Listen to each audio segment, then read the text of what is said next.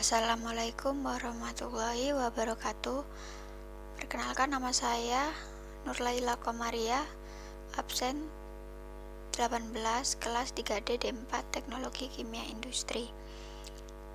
Di sini saya akan membahas soal operasi teknik kimia mengenai single effect evaporator pada buku Genkoplis 849. Langsung saja. Di sini terdapat evaporator yang memiliki konsentrasi F kg per jam pada suhu 311 Kelvin.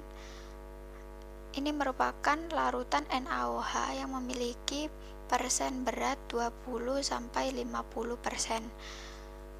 Steam jenuh yang digunakan untuk pemanasan yaitu 399,3 Kelvin. Nah, tekanan dalam ruang uap evaporator sebesar 13,3 kilopascal absolut. Kemudian koefisien perpindahan panas overall sebesar 1420 watt per meter persegi Kelvin dan luas areanya 86,4 meter persegi.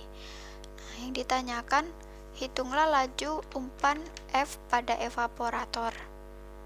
Nah, ini merupakan diagram alat yang dibuat seperti ini.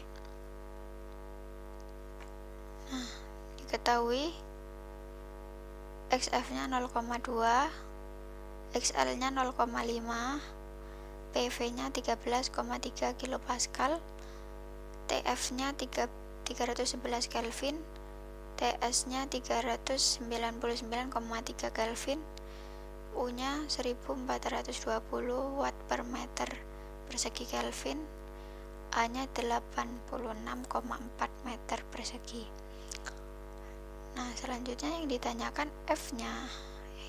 F-nya dalam satuan kilogram per jam. Nah, langkah pertama kita mencari neraca massa komponen dengan rumus Fxf sama dengan Lxl tercantum pada equation 844. Nah, ini diketahui Fxf-nya 0,2, L-nya tidak diketahui, XL-nya 0,5. Setelah dihitung ketemu 0,4 F. Nah, lanjut mencari massa total, neraca massa total dengan rumus F sama dengan L plus V yang tercantum pada equation 843. Nah, V-nya dipindah ke kiri menjadi F min L. V-nya sama dengan 0,6, dimana didapat dari F di sini itu sama dengan 1 dikurangi 0,4 jadi 0,6 F. Lanjut, yang kedua kita mencari TV ketika PV 13,3 kilopascal. Nah, kita cari di appendix A29. Nah, property of saturated steam water. Nah, kita harus melakukan interpolasi dulu dengan mencari ini 50 sama 55, di antara 50 sama 55. Nah, dihasilkan setelah diinterpolasi datanya, dihasilkan TV-nya itu 51,39 derajat Celcius. Lanjut langkah ketiga mencari nilai TI boiling point dengan konsentrasi 50% dan TV-nya 51,39 derajat Celcius. Nah, kita bisa melihatnya pada figur 842.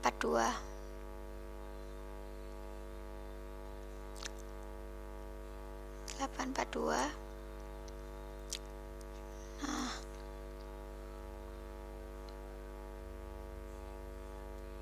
Nah, tadi diketahui TV-nya kan 51,39 derajat Celcius. Kita plotkan sekitar 51, yaitu di situ, di sini. Ini kira-kira di sini. Dan kita tarik ke bawah. Nah, kita tarik ke bawah mencapai NaOH 50 ini di sini, 50 itu di sini. Dan kita tarik ke sebelah kanan, kita tarik garis lagi sebelah kanan, lalu didapatkan boiling T1 itu 93 derajat Celcius. Nah, lalu mencari kenaikan titik didih sama dengan T1 min TV. Kenaikan titik didihnya yaitu 93 dikurangi 51,39. Nah, dihasilkan 41,61 derajat Celcius atau sama dengan 314,61 Kelvin. Terus langkah keempat, mencari HV pada suhu 51,39 Celcius dan 13,3 kilopascal. Nah, kita mencari pada appendix A29. Nah, seperti yang tadi, kita cari suhu 51 kan antara 50 sama 55 ini. Nah, itu saturated vapornya itu ini. Kita interpolasi datanya seperti ini dan didapat HV-nya 2594,55 kJ per kilogram. Nah, karena HV-nya ini CP-nya itu 1,884 kJ per kilogram Kelvin. Seperti itu. Lalu kita mencari nilai HV. Nah, dengan rumus H besar V sama dengan H kecil V plus CP kali T1 min TV. Nah, kita masukkan angkanya, kan HV sudah ketemu, tinggal dimasukkan CP-nya juga. T1-nya tadi itu 93 dan TV-nya itu 51,39, ini TV-nya.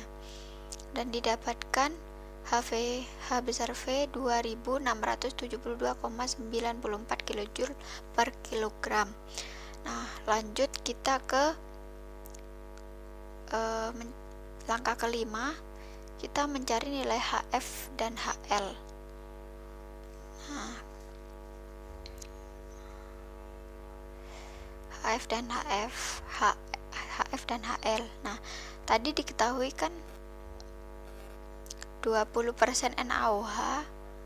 Nah, pada 20% NaOH dan 311 Kelvin atau 38 derajat Celcius.